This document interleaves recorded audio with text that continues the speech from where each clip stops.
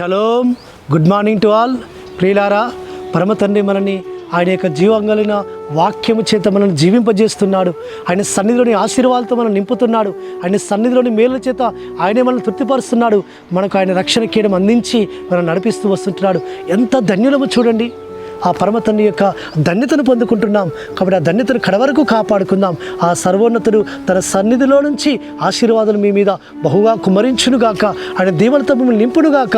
ప్రియులారా, అనుదిన కృపలో లేఖన భాగంలో చూసుకుంటుంటే అపోస్తల కార్యం 20వ అధ్యాయము 35వ వచనంలో పుచ్చుకొనుట కంటే ఇచ్చుట ధన్యము.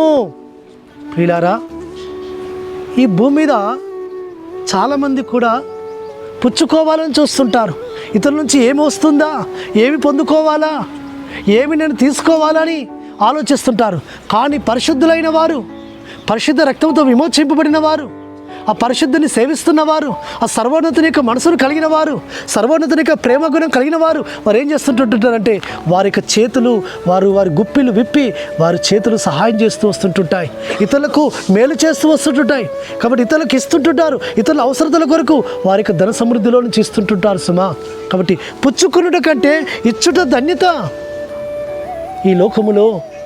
ఈ లోకమంతా ఒక రంగంగా ఉంటే ఆ పరిశుద్ధాత్మను కలిగిన వారు, ఆ పరిశుద్ధుని ప్రజలు ఒక ప్రత్యేకమైన స్థితిని కలిగి ఉంటారు. ఏంటంటే ఈ లోకములో బీదలైన వారికి, విధవరాన్లకు, అనాథలకు, దిక్కులేని పిల్లలకు మనం సహాయం చేయాలి. మనం చేతులు విదిల్చాలి, మన గుప్పిని విప్పాలి. కాబట్టి వెదజల్లి మనము విస్తారమైన పంట కోయాలి. కాబట్టి ఎవరు ఎంతగా ఇస్తారో, ఎంతగా ఆ పరమతన్ని యొక్క నామందు విశ్వాసం ఉంచిన భక్తులైన బీదలకు ఎవరైతే వారి చేతులు విదిలిస్తారో వారంతగా దీవింపబడుతుంటారు. అంతగా పరమతని వారికి తోడుగా ఉంటాడు. బీదలు కనికరించువాడు, యెహోవాకు అప్పించువాడు. కాబట్టి బీదల క్షేమము కొరకు ఎవరైతే కనుదృష్టి కలిగి ఉంటారో, కన్సర్న్ కలిగి ఉంటారో పరమతని వారి మీద ఆయన కనుదృష్టి ఉంచుతాడు సుమా. కాబట్టి ఈ భూమి మీద అతి శ్రేష్టమైన ఒక భాగమును పరమతండ్రి వారి కొరకు ఇచ్చాడు. కాబట్టి ఆ భాగమును వారి కొరకు తీసి ఉంచవలసిందే, ఎందుకంటే అది వారిది.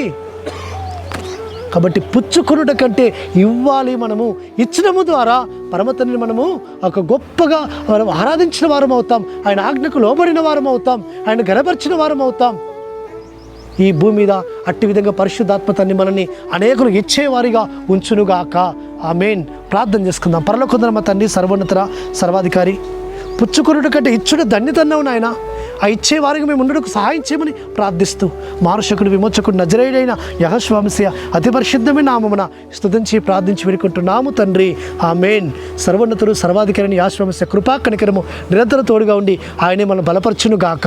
ఆమేన్.